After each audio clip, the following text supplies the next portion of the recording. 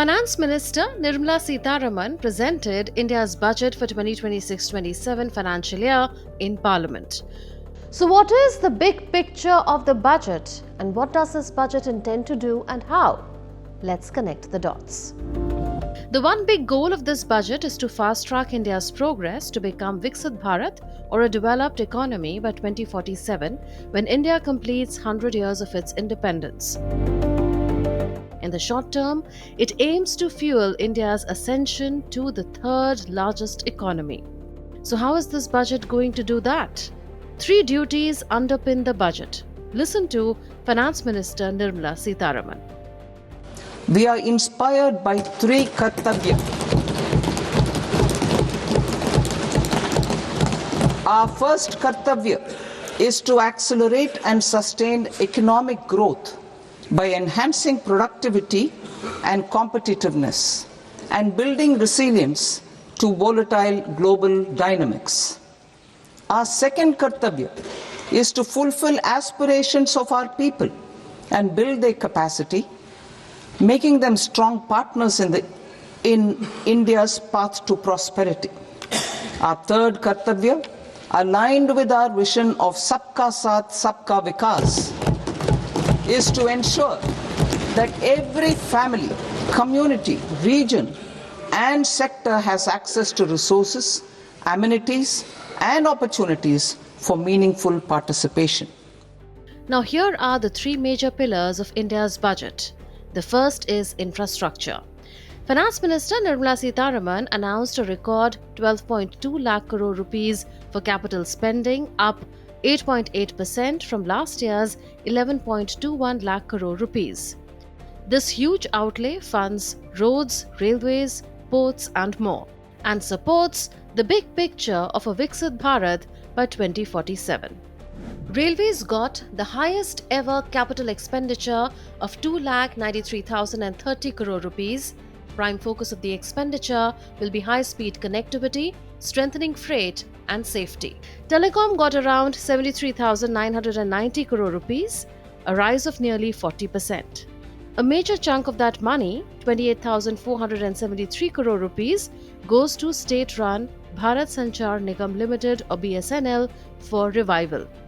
A substantial amount has been given to BharatNet Phase 3, which is a 1.39 lakh crore rupees rural broadband project that connects 6 lakh villages and 1.5 crore households via optical fiber and other technology for last mile delivery. Major infrastructure projects have been announced. New dedicated freight corridor will link Dankuni in Bengal in eastern India to Surat in Gujarat in western India, easing cargo movement. 20 new national waterways will be operationalized and coastal cargo promotion scheme will shift freight from roads. 7 high-speed rail corridors will boost connectivity and sustainable travel. These corridors will link major economic hubs: Mumbai-Pune, Pune-Hyderabad, Hyderabad-Bengaluru, Hyderabad-Chennai, Chennai-Bengaluru, Delhi-Varanasi and Varanasi-Siliguri. Tier 2 and Tier 3 cities will become city economic regions with 5,000 crore rupees each over 5 years via reforms and challenge funds. The budget introduced Infrastructure Risk Guarantee Fund to attract private investment into big projects. It offers partial credit guarantees to lenders, sharing risks during construction and early approvals. So why was this fund needed? Banks often hesitate to fund infrastructure due to high risks like delays, cost overruns, or low ratings. The fund covers part of loan defaults, letting lenders like banks offer bigger loans at lower rates for a small fee. This de-risks projects, especially public-private partnerships. What's more, municipal bonds will increase urban funding. This capex drives jobs in construction, cement and logistics while keeping fiscal deficit at 4.3% of GDP. Now, what will be the economic impact of such a mega infrastructure push? Since COVID-19, steady infrastructure hikes have improved logistics and growth. This budget sustains that by boosting manufacturing and crowding in private investment. Infrastructure is thus powering India's rise as a strong economy.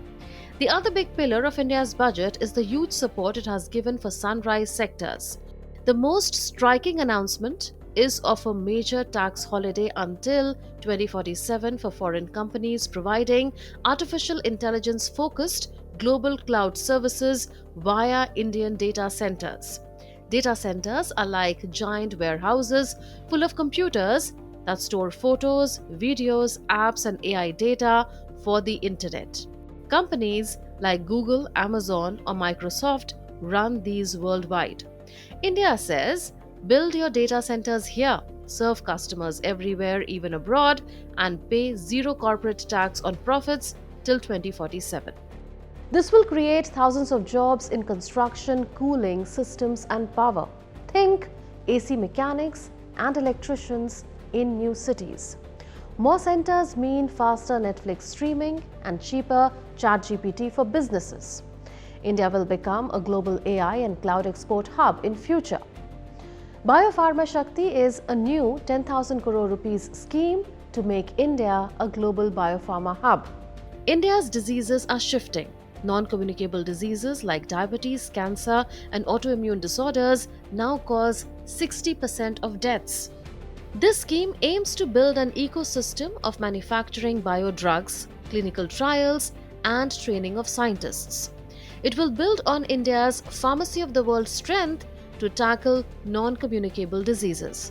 In the long term, India will export biodrugs like it does vaccines, saving lives here and abroad. India also got Semiconductor Mission 2.0 and doubling of the Electronics Components Manufacturing Scheme or ECMS outlay to 40,000 crore rupees from 22,919 crore rupees. Think of semiconductors as the brain chips inside phones, cars, TVs, or computers like tiny rice grains that power everything electronic. India buys most from abroad, mainly from China and Taiwan. These imports cost India billions every year. The second phase builds on the first phase, which got a firm like Micron to set up a semiconductor factory in Gujarat. The new focus is on making chip-making tools, materials, and full Indian designs. Funds attract global players for factories and packaging units. Extra cash will speed up 46 approved projects for PCBs or printed circuit boards, displays, and modules. This will create 1.4 lakh jobs and generate 2.58 lakh crore rupees worth of output. Printed circuit boards make the core of smartphones, laptops, tablets, TVs, and smartwatches. This move will ultimately mean cheaper local phones and laptops. It will secure supply for electric vehicles and defense equipments. It will lead to skilling as specialized schools and labs will be run by private companies like Tata or Micron partners to teach Indians how to design, make, and test semiconductors.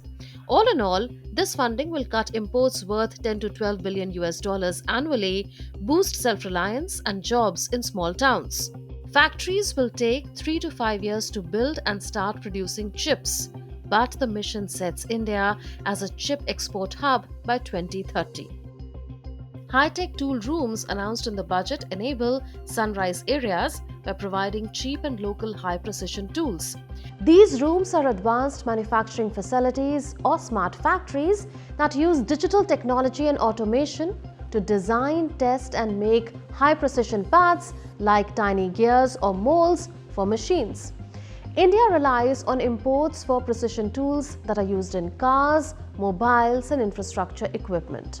So these rooms shall cut costs by 20 to 30% for India, speed production, and support medium, small, and micro enterprises or MSMEs that are unable to afford big machines. They will boost quality across sectors like electric vehicles and defense. What's more, there will be dedicated rare earth corridors in Odisha, Kerala, Andhra Pradesh, and Tamil Nadu to boost mining, processing, research, and manufacturing of critical minerals. This will fuel India's rise amid China's 90% global rare earth dominance, securing supply for semiconductors, batteries, and clean technology. The last pillar of India's budget is inclusive development with focus on job creation in labor-intensive sectors. The budget launches a 10,000 crore rupees SME growth fund for champion MSMEs, 2,000 crore rupees self-reliant India fund top-up, and it also aims for revival of 200 legacy industrial clusters. Textiles got a major boost with National Fibre Mission, Textile Expansion and Employment Scheme, National Handloom and Handicrafts Program, Upgraded Skilling for Industry Needs, and Mahatma Gandhi Gram Swaraj Initiative for strengthening Khadi and other handloom, boosting their global branding, and training rural youth.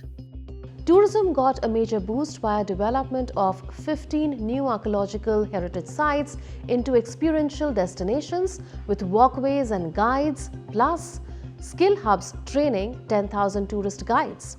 The orange economy and creative industries have gained through content creator labs in 1,500 schools and 500 colleges in Tier 2 and Tier 3 cities for animation, visual effects, gaming and comics, fostering design skills. The budget includes targeted agriculture announcements focused on high-value crops like coconut, sandalwood, cashew, cocoa, almonds and walnuts, allied sectors, fisheries and technology to boost farmer incomes and rural jobs. The budget emphasizes skilling, women-led development and state support through targeted allocations and schemes. It allocates 9,886 crore rupees to the Ministry of Skill Development, up 62%. She-marts or community-owned retail outlets for women self-help groups will come up. There will be one girls' hostel per district for safe accommodation. 1.4 lakh crore rupees in Finance Commission grants will be given to states covering rural and urban local bodies and disaster management alongside reform-linked funds for inclusive projects. No wonder then the Finance Minister called it a youth-centric budget, a point reinforced by Prime Minister Narendra Modi. जैसा कि आज parliament में निर्मला जी ने कहा है, यह युवा शक्ति बजट है। उसमें युवा की सोच भी है, युवा के सपने भी हैं, युवा का संकल्प भी है और साथ साथ युवा की गति भी है। बजट में जो प्रावधान किए गए हैं, उससे अलग अलग सेक्टर्स में लीडर्स, इनोवेटर्स और क्रिएटर्स तैयार होंगे। मेडिकल हब्स के निर्माण से, एलाइड हेल्थ प्रोफेशनल्स के माध्यम से, ऑरेंज इकोनॉमी यानी ऑडियो विजुअल गेमिंग को बढ़ावा देकर, पर्यटन को प्रोत्साहन देकर और खेलो इंडिया मिशन के माध्यम से युवाओं के लिए नए अवसरों के द्वार खुलेंगे। This VIKSIT Bharat vision ensures no one is left behind. With labor-intensive and export-led industries like textiles getting substantial support from the budget, India's economic plan turned pain caused by Trump's tariffs into domestic strength, soothing that pain further after the India-EU FTA progress. And then came the big breakthrough for India, with Trump agreeing to reduce reciprocal tariffs on India from 25% to 18%, a move that will give a further boost to Make in India. So to sum it up, it is a long-game budget for a self-reliant and future-ready Bharat that complements India's trade and strategic diplomacy.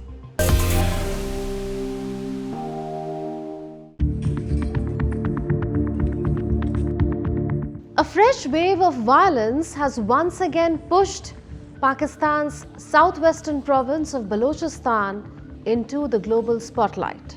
In just hours, gunfire, explosions and fear spread across multiple cities, leaving dozens dead and raising serious questions about security, stability and what lies ahead in an imploding Pakistan. Let's connect the dots.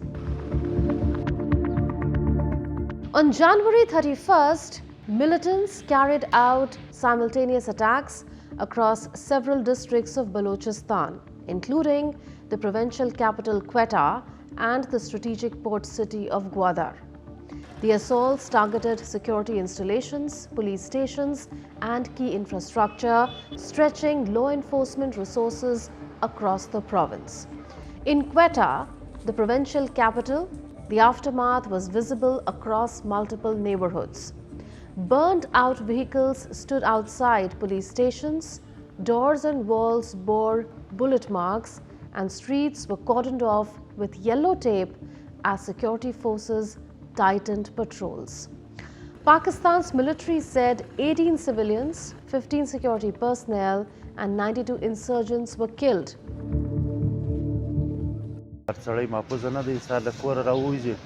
No one is safe. Anyone who leaves home has no certainty of returning safe and sound. There is constant fear over whether they will come back unharmed. Business was already slowed down to the cold weather, and when such incident occur, chaos follows, forcing people to shut their shops and return home. Pakistan's junior interior minister Talal Chaudhary said that the attackers, disguised as civilians, entered hospitals, schools, banks, and markets before opening fire. Authorities said that insurgents destroyed rail tracks, prompting Pakistan Railways to suspend train services from Balochistan to other parts of the country. The Balochistan Liberation Army, or BLA, claimed responsibility, describing the coordinated strikes as part of an operation called Operation Herof 2 or Black Storm.